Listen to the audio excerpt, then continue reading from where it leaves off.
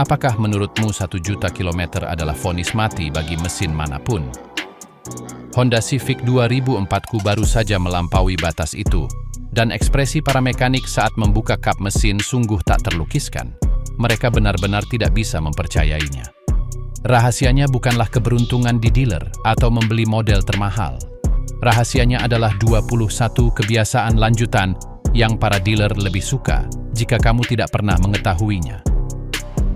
Sementara seluruh dunia berdarah-darah membayar cicilan abadi dan menderita depresiasi brutal mobil baru setiap 5 tahun, aku telah mengendarai peninggalan yang sama selama 2 dekade.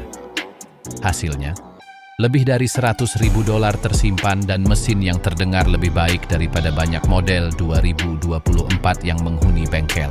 Dalam beberapa menit ke depan, aku akan mengungkapkan pilar-pilar keabadian mekanis kepadamu. Tapi hati-hati, karena kebiasaan nomor 1 benar-benar bertentangan dengan apa yang telah mereka ceritakan tentang perawatan dan, ironisnya, itulah yang paling memperpanjang umur mesinmu. Apakah kamu siap untuk berhenti menjadi mesin ATM para dealer? Kita mulai sekarang juga. Kebiasaan nomor 21, membiarkan mesin dalam keadaan idle hanya 10 detik sebelum mengemudi, tidak lebih. Selama beberapa dekade, mereka mengatakan kepada kita bahwa kita harus memanaskan mesin beberapa menit sebelum menggerakkannya, terutama di musim dingin. Orang tua kita melakukannya, kakek nenek kita melakukannya, dan secara alami kita menganggap itu adalah cara yang benar. Tetapi praktik itu berasal dari era karburator dan mesin yang benar-benar membutuhkan waktu untuk stabil. Mesin modern dengan injeksi elektronik dirancang untuk dikendarai hampir seketika, dan membiarkannya dalam keadaan idle terlalu lama sebenarnya adalah salah satu hal terburuk yang bisa kamu lakukan padanya. Ketika mesin dalam keadaan idle dalam kondisi dingin, bensin tidak terbakar sepenuhnya.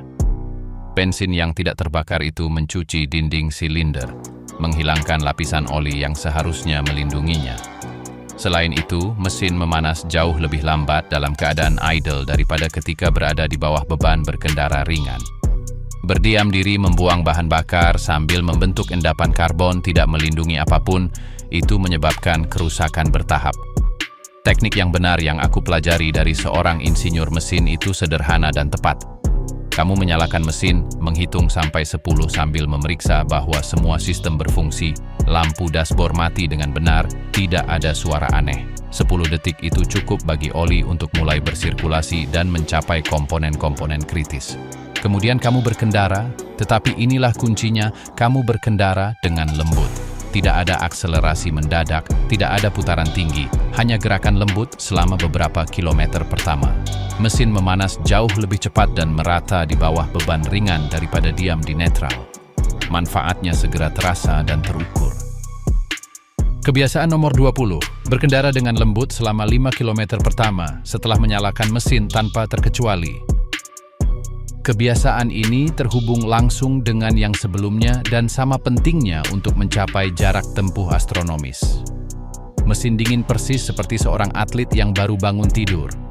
Otot-otot tegang, sendi-sendi kaku, seluruh tubuh membutuhkan pemanasan bertahap sebelum dapat tampil maksimal. Meminta atlet itu untuk berlari maraton tanpa peregangan adalah jaminan cedera. Hal yang sama terjadi dengan mesinmu. Ketika mesin dingin, bagian-bagian logam menyusut. Piston, silinder, cincin, semuanya dalam dimensi terkecil karena suhu rendah. Toleransi antar komponen lebih ketat dari biasanya. Cairan, oli, dan cairan transmisi kental seperti madu dingin. Mereka mengalir, tetapi tidak semudah ketika sudah panas. Segel dan gasket kaku. Dalam keadaan itu, akselerasi mendadak seperti meminta seseorang untuk melakukan yoga tingkat lanjut tanpa pemanasan terlebih dahulu. Sesuatu pasti akan rusak. Teknik pribadiku selama 5 km pertama itu sangat ketat sehingga penumpungku terkadang berkomentar tentang betapa hati-hatinya aku mengemudi. Aku membayangkan aku memiliki secangkir kopi penuh sampai penuh di tempat cangkir. Setiap akselerasi, setiap pengereman, setiap belokan harus sangat lembut, sehingga tidak ada setetes pun yang tumpah. Aku menjaga putaran di bawah 2500. Perubahan kecepatan pada transmisi otomatis terjadi lebih awal dan lembut. Kebiasaan nomor 19, mengganti oli setiap 5.000 km tanpa terkecuali atau alasan. Disinilah aku akan secara langsung bertentangan dengan manual pemilikmu dan aku punya 20 tahun bukti untuk mendukung mengapa. Manual mobilku mengatakan aku bisa mengganti oli setiap 10.000 km jika aku menggunakan sintetik. Dealer modern mendorong interval yang lebih panjang lagi, beberapa menyarankan 15.000 km. Tetapi angka-angka itu tidak dihitung dengan mempertimbangkan mobilmu mencapai 1 juta kilometer. Mereka dihitung dengan mempertimbangkan garansi 100.000 km dan membuatmu kembali membeli mobil baru secepat mungkin. Produsen tahu sesuatu yang tidak mereka katakan secara terbuka. Ketika kamu menghitung total biaya kepemilikan dari perspektif bisnis mereka, tidak menguntungkan bagi mereka jika mobilmu bertahan terlalu lama.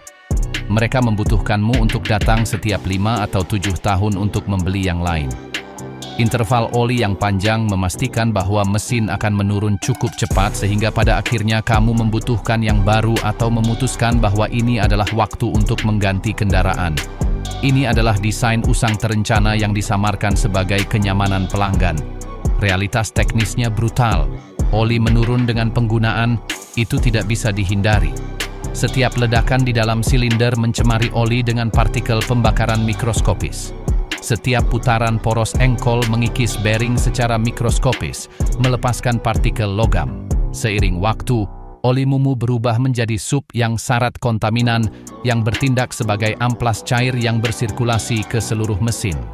Pada 10.000 km, oli itu sudah habis, menurun, penuh partikel. Secara teknis masih melumasi. Itulah mengapa mesin tidak berhenti, tetapi menyebabkan keausan yang dipercepat yang tidak dapat kamu lihat sampai terlambat. Aturan pribadiku selama hampir 20 tahun tidak tergoyahkan. Setiap 5.000 km tepat, ganti oli dan filter. Tidak masalah jika oli masih terlihat bersih. Tidak masalah jika mobil terasa baik. Tidak masalah seberapa banyak mereka mengatakan itu tidak perlu. Setiap 5.000 km, seperti jam. Kebiasaan nomor 18. Menggunakan oli sintetik kualitas tertinggi yang tersedia tanpa peduli biayanya. Ini adalah area lain di mana banyak orang mencoba menghemat uang di tempat yang salah. Selama 200.000 km pertama mobilku, aku menggunakan oli konvensional yang murah. Aku membeli apa yang sedang diskon, berpikir bahwa oli itu adalah oli. Aku hampir menghancurkan mesinku dengan mentalitas itu. Titik balik datang ketika seorang teman insinyur otomotif menunjukkan sesuatu yang sepenuhnya mengubah perspektifku. Dia membawaku ke laboratorium tempat mereka menganalisis oli bekas. Di bawah mikroskop, oli murah setelah 5.000 km terlihat seperti air berlumpur. Struktur molekulnya benar-benar rusak. Aditifnya telah hilang. Itu pada dasarnya oli masak kotor. Kemudian dia menunjukkan oli sintetik premium dengan jumlah penggunaan yang sama. Perbedaannya sangat mencolok. Oli sintetik mempertahankan struktur molekulnya hampir utuh. Aditifnya masih ada dan aktif.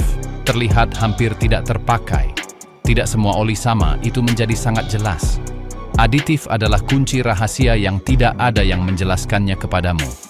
Ketika kamu melihat sebotol oli, kamu tidak hanya membeli oli dasar. Kamu membeli paket lengkap aditif kimia yang dirancang untuk melindungi mesinmu. Kebiasaan nomor 17. Mengganti cairan pendingin setiap 2 tahun secara religius tanpa peduli bagaimana tampilannya. Cairan pendingin secara harfiah adalah darah kehidupan mesinmu. Tetapi mungkin cairan yang paling diabaikan dalam semua perawatan otomotif. Kebanyakan orang hanya memikirkan cairan pendingin ketika mereka melihat lampu suhu naik atau ketika ada kebocoran yang terlihat. Pada saat itu, kerusakan tak terlihat sudah terjadi. Aku melakukan kesalahan yang sama selama bertahun-tahun. Aku menunggu sampai masalah muncul untuk bahkan memikirkan cairan pendingin. Bagaimanapun cairan itu terlihat bersih dan hijau, levelnya benar, tidak ada kebocoran yang terlihat. Semuanya tampak baik-baik saja. Tetapi yang tidak aku tahu adalah bahwa cairan pendingin tidak hanya menguap, ia menurun secara kimiawi dengan cara yang tidak dapat kamu lihat. Cairan pendingin memiliki 2 fungsi kritis. Pertama, jelas memindahkan panas dari mesin ke radiator. Tetapi kedua, dan ini yang kebanyakan orang tidak tahu, melindungi seluruh sistem pendingin dari korosi. Aditif anti-korosif itu memiliki masa pakai terbatas. Setelah kira-kira 2 tahun layanan, aditif itu habis. Cairan pendingin secara harfiah menjadi asam. Ia mulai menyerang secara kimiawi permukaan logam yang bersentuhan dengannya. Aluminium mesin, tembaga radiator, besi pompa air. Semuanya mulai berkarat perlahan dari dalam. Aku belajar ini dengan cara yang sulit. Sekitar 300.000 kilometer, radiatorku mulai menunjukkan tanda-tanda korosi internal. Kebocoran kecil muncul dan menghilang. Pompa air mulai berbunyi. Ketika kami akhirnya membuka sistem, kerusakannya terlihat. Endapan korosi di mana-mana. Semua karena aku telah menggunakan cairan pendingin yang sama selama hampir 5 tahun berpikir bahwa selama itu terlihat baik-baik saja. Itu baik-baik saja. Kesalahan itu hampir merugikan mesinku. Sejak saat itu, aku membuat keputusan yang tak tergoyahkan. Aku menandai di kalenderku setiap 2 tahun tepat tanggal penggantian cairan pendingin. Aku memasang alarm di ponselku. Aku memperlakukannya dengan keseriusan yang sama seperti ulang tahun penting.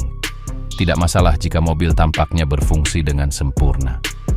Tidak masalah jika cairan pendingin masih terlihat jernih. Tidak masalah jika mekanik mengatakan kepadaku bahwa itu belum perlu. Setiap 24 bulan, secara religius, seluruh sistem dikuras, dibersihkan, dan diisi dengan cairan pendingin baru sesuai spesifikasi pabrikan.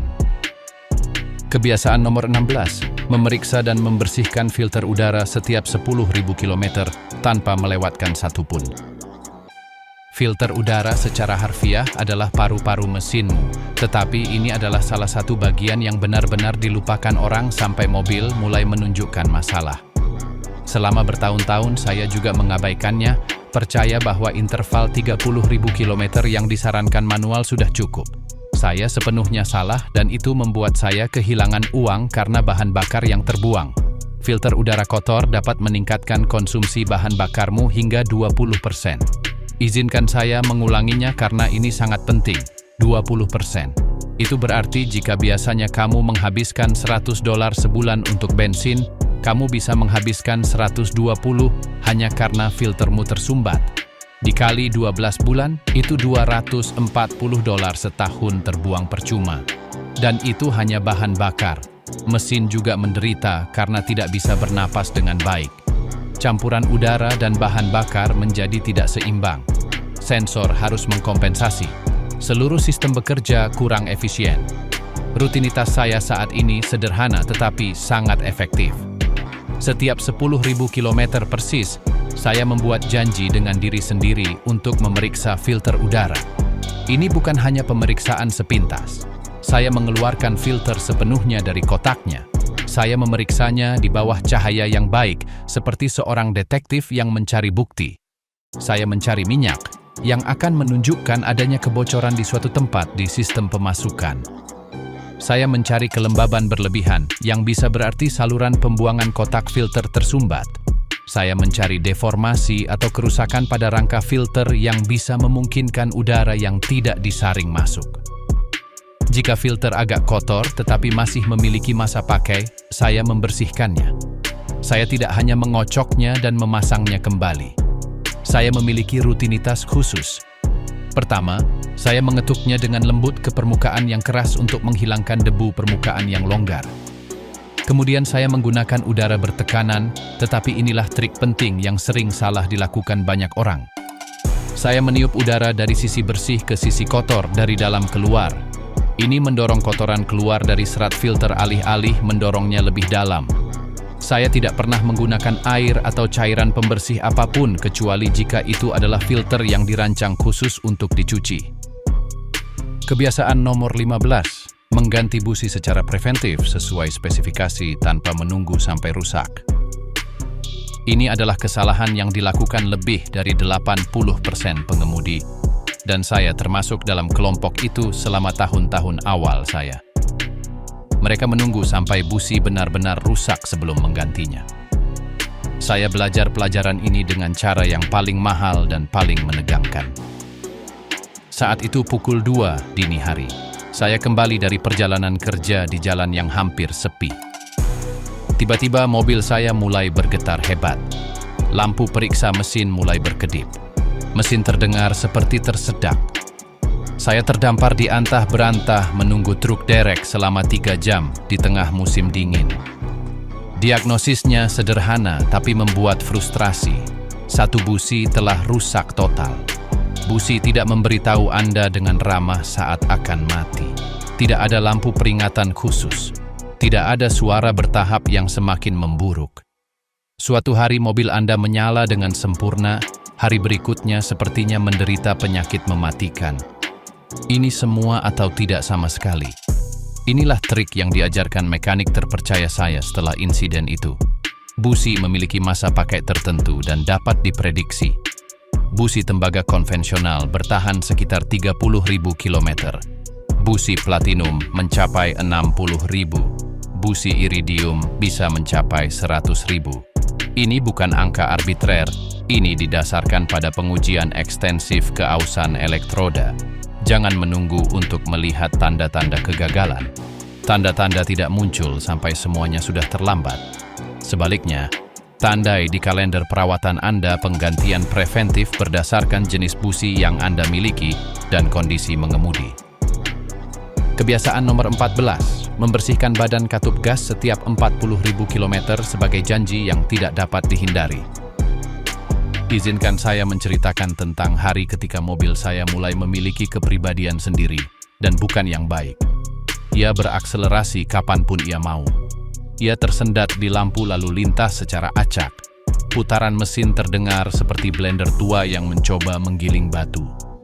Gejala-gejala itu muncul secara bertahap selama berminggu-minggu sampai tidak mungkin untuk diabaikan. Saya membawa mobil ke bengkel, khawatir akan perbaikan transmisi atau sistem injeksi yang mahal. Diagnosisnya sangat sederhana, badan katup gas benar-benar kotor. Badan katup gas secara harfiah adalah tenggorokan mesin Anda.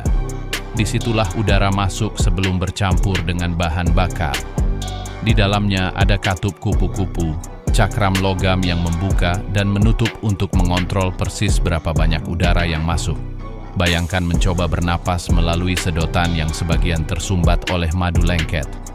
Itulah yang terjadi pada mesin Anda ketika komponen ini kotor. Seiring waktu, karbon, oli, dan sisa pembakaran menumpuk di tepi katup kupu-kupu itu. Terbentuk kerak hitam lengket yang menghalangi katup untuk menutup sepenuhnya. Sensor posisi menjadi bingung. Komputer mesin tidak tahu persis berapa banyak udara yang masuk. Ia mulai membuat penyesuaian kompensasi yang tidak pernah sempurna. Hasilnya persis seperti yang saya alami. Perilaku tidak menentu, peningkatan konsumsi, kehilangan tenaga, putaran mesin tidak stabil. Inilah yang saya temukan tentang perawatan penting ini. Setiap 40.000 km tanpa kecuali, saya membersihkan badan katup gas sepenuhnya. Ini bukan prosedur yang rumit atau memerlukan alat khusus. Anda melepas saluran masuk yang terhubung ke badan katup gas, itu biasanya hanya beberapa klem. Anda membeli semprotan pembersih khusus untuk badan katup gas, harganya sekitar 10 atau 12 dolar. Anda menyemprotkan dengan murah hati semua permukaan internal, terutama di sekitar katup kupu-kupu.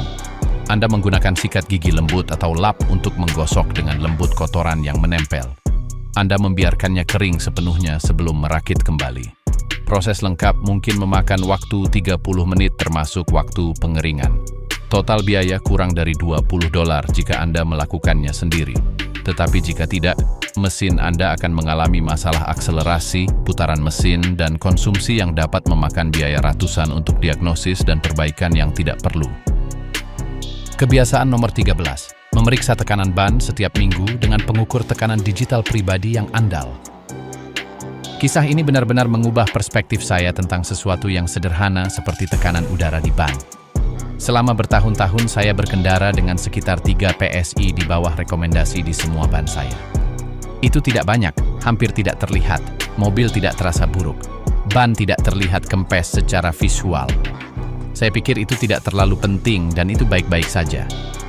Hasil dari ketidaktahuan itu merugikan saya lebih dari yang saya bayangkan. Saya menghabiskan sekitar $200 ekstra untuk bahan bakar tahun itu hanya karena tekanan rendah itu. Selain itu, saya harus mengganti ban 15.000 km lebih awal dari yang diharapkan karena ban aus tidak merata di bagian samping. Tekanan ban yang benar bukanlah saran yang fleksibel, itu adalah ilmu murni dengan konsekuensi yang terukur. Ketika ban kempes, permukaan kontak dengan aspal meningkat. Itu menciptakan lebih banyak hambatan gelinding. Mesin Anda harus bekerja lebih keras untuk menggerakkan berat yang sama dengan kecepatan yang sama. Ia mengkonsumsi lebih banyak bahan bakar untuk mengkompensasi hambatan tambahan itu. Ban juga aus tidak merata, memusatkan keausan di tepi daripada mendistribusikannya secara merata. Tapi inilah fakta spesifik yang paling mengejutkan saya ketika saya mempelajarinya. Untuk setiap PSI tekanan yang rendah, Anda kehilangan sekitar 3% efisiensi bahan bakar. Itu mungkin tidak terdengar banyak, tetapi angka-angka itu menumpuk dengan cepat. Jika mobil Anda membutuhkan 32 PSI dan Anda berkendara dengan 29, Anda kehilangan 9% efisiensi. Dalam 1 tahun berkendara rata-rata, itu secara harfiah berarti ratusan dolar terbuang percuma yang menguap begitu saja ke udara. Ritual mingguan saya saat ini adalah religius dan tidak dapat dinegosiasikan. Setiap minggu pagi, sebelum ban memanas karena berkendara, saya mengeluarkan pengukur tekanan digital saya. Saya tidak percaya pada mesin-mesin berisik di pom bensin yang sering tidak terkalibrasi atau rusak. Saya menginvestasikan $20 untuk pengukur tekanan digital berkualitas yang saya simpan di bagasi saya. Saya memeriksa keempat ban ditambah ban cadangan. Saya menyesuaikan tekanan persis sesuai spesifikasi yang tertera pada stiker di dalam bingkai pintu pengemudi. Saya tidak menggunakan tekanan maksimum yang tertera di samping ban, itu adalah tekanan maksimum yang dapat ditahan ban, bukan tekanan optimal untuk kendaraan spesifik Anda. Kebiasaan nomor 12, merotasi ban setiap 10.000 km secara religius tanpa pernah melewatkan. Saya menemukan rahasia ini secara tidak sengaja dan dengan biaya mahal. Saya memperhatikan bahwa ban depan saya aus sekitar 2 kali lebih cepat daripada ban belakang. Ketika akhirnya saya harus menggantinya, ban depan benar-benar botak sementara ban belakang masih memiliki lebih dari setengah masa pakainya. Pada dasarnya saya menyia-nyiakan 50% investasi ban saya karena ketidaktahuan murni. Mekanik saya menjelaskan sesuatu yang seharusnya jelas tetapi tidak pernah diajarkan siapapun kepada saya. Ban tidak aus secara merata secara alami karena cara kerja kendaraan. Ban depan memiliki 3 tugas yang sangat menuntut. Pertama, menopang berat mesin yang di sebagian besar mobil dipasang di bagian depan. Kedua, menangani seluruh kemudi, berbelok terus-menerus saat Anda menavigasi tikungan dan perpindahan jalur. Ketiga, di banyak mobil berpenggerak roda depan, mereka juga menangani sebagian besar pengereman karena perpindahan berat ke depan.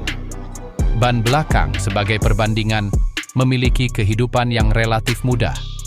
Mereka hanya melaju lurus sebagian besar waktu, tidak berbelok untuk menyetir, menerima lebih sedikit berat. Di mobil berpenggerak roda depan, mereka bahkan tidak menggerakkan kendaraan. Tanpa rotasi teratur, Anda berakhir dalam situasi yang saya alami. Membeli ban baru padahal setengah dari investasi awal, Anda masih memiliki banyak masa pakai yang tersedia. Ini seperti membuang uang. Rotasi ban setiap 10.000 km mendistribusikan keausan secara merata di antara keempat roda. Ini seperti merotasi pemain dalam tim olahraga agar semua orang bekerja sama dan tidak ada yang kelelahan sebelum waktunya. Pola rotasi spesifik tergantung pada apakah ban Anda direksional atau non-direksional, dan apakah mobil Anda berpenggerak roda depan, belakang, atau 4 roda. Aturan dasar untuk sebagian besar mobil berpenggerak roda depan dengan ban non-direksional adalah menyilangkannya. Depan kanan ke belakang kiri, depan kiri ke belakang kanan, belakang datang ke depan di sisi yang sama. Banyak bengkel melakukan ini secara gratis jika Anda membeli ban dari mereka, atau membebankan biaya antara $10 dan $20 jika Anda membayar layanan tersebut. Saya belajar melakukannya sendiri dengan dongkrak hidrolik dan penyangga. Mungkin butuh sekitar 40 menit untuk melakukannya dengan hati-hati. Sejak saya menerapkan praktik ini secara religius setiap 10.000 km, ban saya bertahan 40% lebih lama dari sebelumnya. Kebiasaan nomor 11, menggunakan bahan bakar premium secara eksklusif dengan kandungan etanol terendah yang tersedia. Apakah Anda tahu kesalahan paling mahal yang dilakukan jutaan pengemudi setiap minggu? Mencari pompa bensin termurah di kota. Selama tahun-tahun pertama saya mengemudi, saya melakukan hal yang sama persis. Jika sebuah stasiun menjual bensin dengan harga 5 sen lebih murah per liter, saya akan pergi ke sana berpikir bahwa saya cerdas dengan uang saya.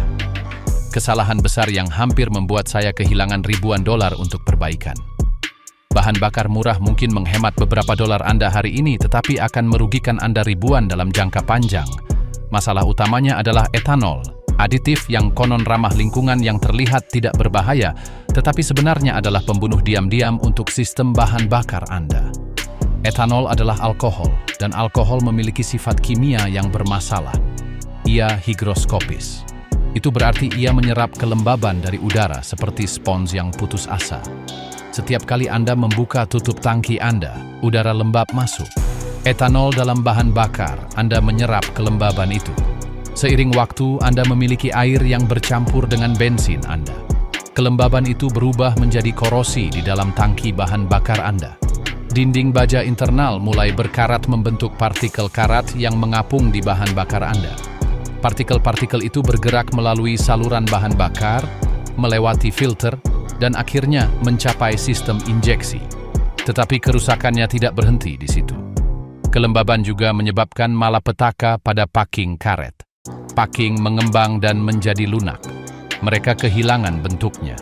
Mereka mulai bocor. Filter bahan bakar tersumbat lebih cepat dengan campuran air, karat, dan residu itu. Injektor bahan bakar tersumbat dengan pasta lengket yang tidak ada aditif yang dapat membersihkan sepenuhnya setelah terbentuk. Ini seperti memiliki infeksi kronis di pembuluh darah mobil Anda. Titik balik bagi saya datang ketika saya mulai mengalami masalah starter yang aneh. Mesin terkadang menyala dengan baik, di lain waktu tersendat. Beberapa hari putaran mesin kasar tanpa alasan yang jelas. Saya membawa mobil ke 3 bengkel yang berbeda dan tidak ada yang bisa menemukan masalah spesifiknya. Akhirnya, seorang mekanik tua dengan pengalaman lebih dari 40 tahun mengajukan pertanyaan sederhana kepada saya. Di mana saya membeli bensin saya? Ketika saya mengatakan kepadanya bahwa saya selalu pergi ke stasiun termurah, dia menggelengkan kepalanya. Dia menjelaskan bahwa stasiun-stasiun itu seringkali memiliki tangki tertua dan bahan bakar dengan kandungan etanol tertinggi, terkadang hingga 15%. Saya membuat perubahan radikal. Saya mulai mengisi secara eksklusif di stasiun merek terkenal yang mengiklankan bahan bakar top tier. Saya secara khusus mencari stasiun yang menjual bensin dengan maksimum 5% etanol atau bahkan tanpa etanol ketika tersedia. Ya, harganya sekitar 20 sen lebih mahal per liter. Dalam tangki 50 liter, itu adalah 10 dolar tambahan. Tetapi hasilnya segera dan dramatis. Kebiasaan nomor 10. Mengemudi dengan mengantisipasi lalu lintas untuk menghindari pengereman mendadak dan akselerasi tajam secara konstan. Perbedaan mendasar antara mobil yang bertahan 100.000 km dan yang mencapai 1 juta tidak terletak pada merek atau modelnya. Itu terletak pada bagaimana Anda menginjak pedal gas dan rem setiap hari. Saya mengamati sesuatu yang menarik ketika saya mulai memperhatikan pengemudi taksi veteran. Mereka yang mengemudi 200.000 km setahun dan menjaga kendaraan yang sama tetap berfungsi selama bertahun-tahun. Tidak pernah, sama sekali tidak pernah, mereka berakselerasi seperti pembalap Formula 1. Rahasia mereka bukanlah kecepatan, melainkan kehalusan mutlak. Setiap akselerasi mendadak secara harfiah adalah gempa mikro bagi mesin Anda. Piston menghantam dinding silinder lebih keras. Oli menipis sementara karena panas ekstrem yang dihasilkan. Transmisi mengalami stres yang tidak perlu berganti di bawah beban berat. Dudukan mesin melentur dengan keras. Ini seperti meminta pelari maraton untuk berlari seperti pelari cepat selama 40 km berturut-turut. Ini tidak berfungsi dan menyebabkan cedera. Teknik pribadi saya telah menjadi sifat kedua setelah bertahun-tahun praktik yang sadar. Saya terus-menerus membayangkan bahwa saya memiliki segelas air penuh hingga ke tepi yang seimbang di dashboard. Setiap gerakan yang saya lakukan, setiap sentuhan gas, setiap aplikasi rem, setiap perubahan jalur, harus sangat halus sehingga tidak ada satu tetes pun yang tumpah dari gelas imajiner itu. Ketika saya melihat lampu lalu lintas di depan berwarna merah, saya segera mengangkat kaki dari pedal gas dan membiarkan mobil meluncur. Saya tidak mempertahankan kecepatan hingga detik terakhir lalu mengerem keras. Saya mengantisipasi. Ketika saya perlu berpindah jalur, saya tidak melakukannya secara tiba-tiba. Saya merencanakan jauh-jauh hari, memberi isyarat dengan waktu, dan bergerak secara bertahap. Ketika saya berakselerasi dari berhenti, saya menekan pedal dengan lembut dan progresif. Tidak ada injakan dramatis. Semuanya mengalir, berkelanjutan, hampir meditatif. Hasilnya benar-benar menakjubkan. Kebiasaan nomor 9. Mengganti minyak rem setiap 2 tahun terlepas dari bagaimana penampilannya atau bagaimana pedal terasa.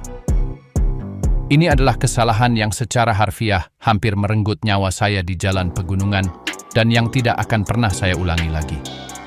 Minyak rem terlihat persis sama setelah 5 tahun seperti saat baru. Transparan, bersih, tampaknya sempurna. Tapi penampilan itu sama sekali menipu dan berbahaya. Minyak rem memiliki sifat kimia kritis yang tidak diketahui kebanyakan orang. Ia higroskopis, yang berarti ia menyerap kelembaban dari udara terus-menerus. Melalui selang karet yang berpori secara mikroskopis. Melalui reservoir yang tidak tersegel sempurna. Kelembaban menemukan jalannya ke dalam cairan.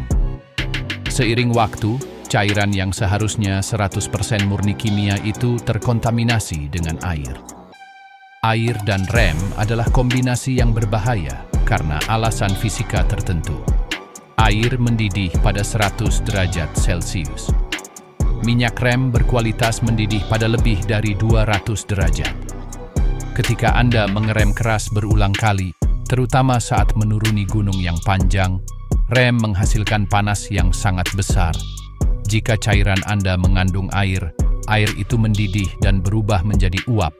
Uap dapat dikompresi, cairan tidak. Ketika Anda menginjak pedal rem dan ada uap di saluran, pedal secara harfiah tenggelam ke lantai saat uap dikompresi. Rem Anda gagal tepat saat Anda paling membutuhkannya. Sangat menakutkan merasakan kaki Anda menyentuh lantai sementara mobil Anda terus melaju menuruni bukit tanpa kendali. Itu terjadi pada saya. Saya sedang menuruni gunung setelah perjalanan panjang. Saya telah menggunakan rem terus-menerus untuk mengontrol kecepatan. Tiba-tiba, pedal terasa lembek. Kemudian tenggelam lebih dalam dari biasanya.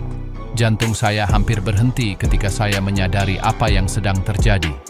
Saya harus menggunakan rem tangan dan beralih ke gigi rendah untuk akhirnya menghentikan mobil. Itu adalah pengalaman traumatis yang tidak pernah ingin saya ulangi. Tetapi kelembaban dalam minyak rem menyebabkan masalah lain yang kurang dramatis, tetapi sama mahalnya. Air mengoksidasi sistem secara internal. Silinder master berkarat. Kaliper mengembangkan karat internal. Kebiasaan nomor 8. Memeriksa sistem knalpot secara cermat setiap tahun mencari kebocoran atau tanda korosi. Sistem knalpot mungkin adalah komponen yang paling terlupakan dan diremehkan di seluruh mobil. Tidak ada yang memikirkannya sampai mobil berbunyi seperti traktor rusak yang meraung di jalan. Tetapi kebocoran yang diam dan tidak terlihat dapat membunuh mesin Anda secara perlahan tanpa Anda sadari apa yang sedang terjadi. Saya belajar ini dengan cara yang paling sulit dan mahal. Mobil saya mulai mengonsumsi oli secara misterius. Tidak ada kebocoran yang terlihat di lantai. Tidak ada asap biru dari knalpot. Tetapi level oli turun secara konsisten di antara pergantian. Saya membawa mobil ke 2 bengkel yang berbeda. Keduanya mengatakan kepada saya bahwa saya membutuhkan cincin piston baru. Pekerjaan lebih dari $2.000. Saya hampir melakukannya. Tetapi sesuatu membuat saya mencari pendapat ketiga. Saya menemukan seorang mekanik veteran dengan pengalaman lebih dari 40 tahun. Dia menghabiskan 2 jam memeriksa setiap sistem dengan cermat. Akhirnya dia menemukan sesuatu yang orang lain abaikan sepenuhnya. Kebocoran mikro di manifold knalpot, tempat ia terhubung ke kepala silinder. Itu sangat kecil sehingga tidak mengeluarkan suara yang terdengar. Tidak ada jelaga yang terlihat, tapi itu ada di sana. Kebocoran kecil itu menciptakan masalah tekanan balik. Gas buang tidak bisa keluar dengan bebas. Bagian dari gas-gas itu dipaksa kembali, menemukan jalannya ke karter melalui cincin piston. Gas-gas itu mengkontaminasi oli, menyebabkannya terdegradasi lebih cepat dan menciptakan tekanan internal yang memaksa oli ke atas dan mengonsumsinya. Perbaikan itu sangat sederhana. $50 untuk packing baru dan 30 menit kerja. Konsumsi oli hilang sepenuhnya. Saya menghemat lebih dari $1.800 untuk pembangunan kembali mesin yang tidak perlu. Kebiasaan nomor 7, mengganti oli transmisi setiap 50.000 km secara religius. Oli transmisi secara harfiah adalah darah kehidupan, salah satu komponen paling mahal untuk diperbaiki di kendaraan apapun. Transmisi yang direkonstruksi atau diganti dapat dengan mudah menelan biaya antara $4.000 dan $7.000 tergantung pada modelnya. Tetapi sebagian besar pengemudi mengabaikan cairan kritis ini sepenuhnya sampai semuanya terlambat. Saya membuat kesalahan itu dengan mobil pertama saya dan membayar harga penuh. Selama bertahun-tahun, saya tidak pernah memikirkan oli transmisi. Mobil berganti gigi dengan baik. Tidak ada suara aneh. Semuanya tampak berfungsi dengan sempurna. Kemudian, sekitar 180.000 kilometer, saya mulai memperhatikan perpindahan gigi yang sesekali keras. Tarikan kecil saat beralih dari gigi kedua ke gigi ketiga. Tidak dramatis, hanya sedikit terasa. Saya mengabaikannya berpikir bahwa itu normal untuk mobil dengan jarak tempuh sejauh itu. Kesalahan besar. 6 bulan kemudian transmisi benar-benar rusak. Ketika mereka membukanya, kerusakannya jelas. Oli hitam seperti aspal dan berbau terbakar. Itu penuh dengan partikel logam mikroskopis, serutan dari roda gigi dan kopling yang telah aus. Oli yang terkontaminasi itu telah bertindak seperti amplas cair yang beredar melalui semua komponen halus. Perbaikan itu membuat saya mengeluarkan biaya $4.500. Pukulan finansial yang menghancurkan yang mengajarkan saya pelajaran mahal. Transmisi adalah kotak yang penuh dengan roda gigi yang berputar pada ribuan putaran per menit dan kopling yang meluncur di bawah tekanan besar. Dengan setiap operasi normal, partikel mikroskopis dilepaskan. Setelah 50.000 km, oli itu habis. Ia telah kehilangan sifat pelumasnya. Ia terkontaminasi dengan logam. Ia menjadi lebih tipis karena panas konstan. Ia penuh dengan asam dekomposisi. Secara teknis, ia masih memungkinkan transmisi berfungsi, tetapi itu menyebabkan keausan yang dipercepat yang tidak terlihat. Aturan saya saat ini sederhana secara matematis dan mudah diingat. Setiap 3 kali ganti oli mesin, saya melakukan 1 kali ganti oli transmisi. Kebiasaan nomor 6. Mencuci mesin dengan uap secara profesional setiap 6 bulan tanpa gagal. Kebiasaan ini terdengar aneh pertama kali Anda mendengarnya, tetapi ini benar-benar merevolusi perawatan mobil saya. Mencuci mesin secara teratur. Bukan bagian luar mobil, tapi mesinnya sendiri. Selama bertahun-tahun saya pikir cukup menjaga kebersihan hanya apa yang terlihat dari luar. Tapi saya benar-benar salah dan tidak memahami konsekuensi termalnya. Mesin yang kotor menumpuk lapisan gemuk, debu, tumpahan oli, dan sisa pembakaran. Kotoran itu tidak hanya tidak sedap dipandang, ia bertindak sebagai selimut termal isolasi yang mencegah pembuangan panas yang benar. Mesin Anda dirancang untuk membuang panas melalui permukaan luarnya. Ketika permukaan itu tertutup kotoran, panas terperangkap di dalamnya. Hasilnya adalah panas berlebih kronis tingkat rendah yang mempercepat keausan semua komponen internal. Selain itu, efisiensi bahan bakar berkurang karena mesin harus bekerja lebih keras saat lebih panas dari yang ideal. Ini seperti mesin Anda berlari maraton memakai jaket musim dingin di tengah musim panas. Suhu internal naik, komponen mengembang lebih dari yang seharusnya. Toleransi terpengaruh, oli menipis lebih dari normal. Semuanya berfungsi di bawah tekanan termal tambahan yang sama sekali tidak perlu. Setiap 6 bulan, Saya membawa mobil saya ke bengkel khusus di mana mereka menggunakan uap bersuhu tinggi untuk membersihkan mesin. Uap adalah kuncinya karena menembus gemuk tanpa perlu semprotan air bertekanan tinggi yang dapat merusak komponen listrik. Uap secara efektif melarutkan semua kotoran yang menumpuk sambil cukup lembut dengan sensor, konektor, dan modul elektronik. Teknisi dengan hati-hati menutupi komponen listrik sensitif dengan kantong plastik sebelum memulai. Kemudian ia menerapkan uap secara metodis di semua permukaan mesin, membiarkan panas dan kelembapan melakukan tugas melarutkan gemuk. Akhirnya, ia menggunakan lap untuk membersihkan residu yang longgar. Mesin menjadi bersih berkilau seperti baru. Jika Anda memutuskan untuk melakukannya di rumah, Anda dapat menggunakan air bertekanan sangat lembut, tetapi Anda harus sangat berhati-hati. Selalu lindungi alternator, kotak sekering, konektor sistem injeksi, modul pengapian. Gunakan degreaser khusus untuk mesin. Jangan pernah menggunakan deterjen dapur yang dapat meninggalkan residu. Semprotkan degreaser, biarkan bekerja beberapa menit, lalu bilas perlahan dengan air bertekanan rendah. Perbedaannya terlihat jelas segera setelah pembersihan pertama. Kebiasaan nomor 5, mengganti semua selang pendingin secara preventif setiap 5 tahun. Selang karet yang mengangkut cairan pendingin antara mesin, radiator, termostat, dan inti pemanas terus-menerus terpapar kondisi ekstrem. Panas mesin yang hebat, tekanan sistem pendingin, getaran konstan, bahan kimia agresif dalam cairan pendingin. Seiring waktu, karet itu pasti akan rusak. Selang yang dulunya fleksibel saat baru menjadi kaku seperti tabung plastik. Retakan kecil mulai muncul di permukaan luar. Dalam beberapa kasus, selang membengkak seperti balon di titik terlemahnya. Semua ini adalah tanda peringatan bahwa kegagalan sudah dekat, tetapi kebanyakan orang mengabaikannya sepenuhnya sampai terlambat. Kebocoran cairan pendingin kecil mungkin tidak terlihat kritis pada awalnya. Anda kehilangan sedikit cairan, mengisinya sesekali, dan terus mengemudi. Tetapi masalah sebenarnya adalah bahwa bahkan kebocoran kecil memasukkan udara ke sistem pendingin. Udara itu membentuk gelembung yang mengganggu sirkulasi cairan pendingin yang benar. Cairan pendingin perlu mengalir terus-menerus dalam sirkuit tertutup. Gelembung udara menciptakan titik-titik di mana cairan pendingin tidak dapat mencapai. Area mesin itu mulai terlalu panas secara lokal. Seiring waktu, hal itu dapat menyebabkan deformasi kepala silinder, kegagalan packing kepala silinder, atau kerusakan pada piston.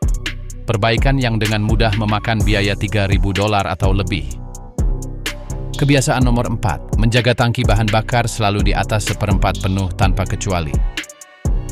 Berapa kali Anda melihat seseorang mengemudi dengan jarum bahan bakar menempel pada hampir dalam cadangan, berpikir bahwa mereka memaksimalkan penggunaan setiap tetes? Ini adalah salah satu kesalahan paling mahal yang dapat Anda buat dan akan secara dramatis memperpendek umur pompa bahan bakar Anda. Pompa bahan bakar terendam di dalam tangki karena alasan rekayasa tertentu. Itu didinginkan oleh bensin di sekitarnya. Ketika level tangki rendah, pompa sebagian terpapar ke udara.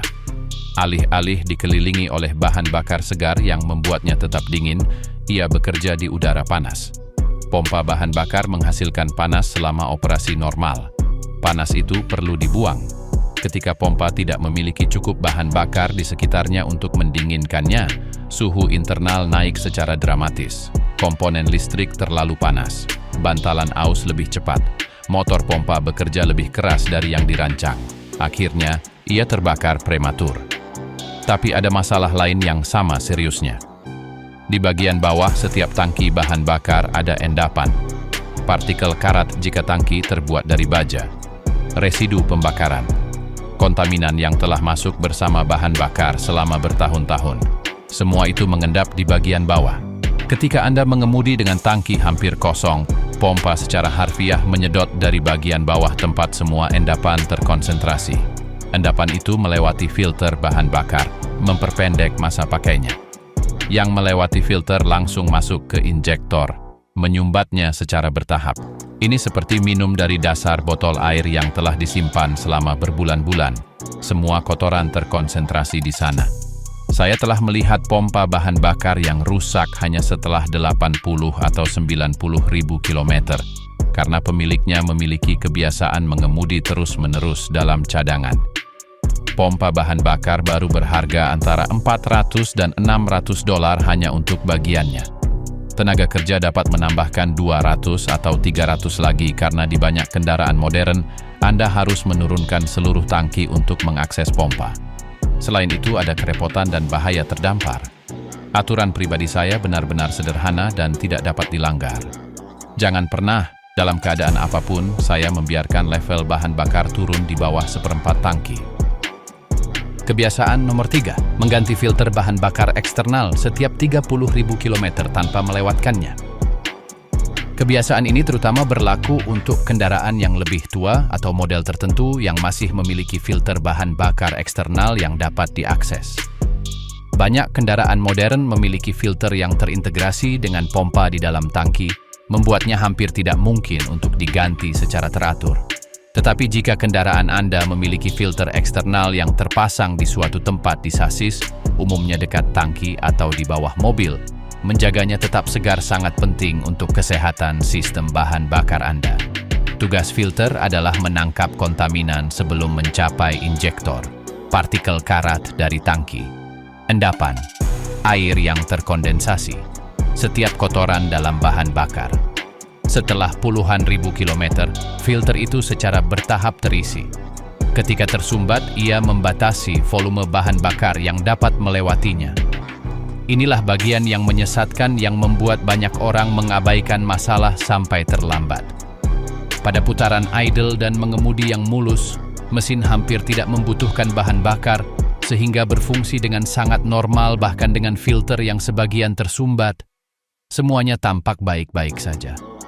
Tetapi ketika Anda menginjak gas penuh untuk menyalip di jalan raya atau mendaki bukit curam, tiba-tiba mesin membutuhkan semua volume bahan bakar yang bisa didapat. Filter yang tersumbat tidak dapat menyediakannya. Mesin kehabisan napas, kehilangan tenaga secara dramatis. Dalam beberapa kasus bahkan tersendat atau gagal sesaat.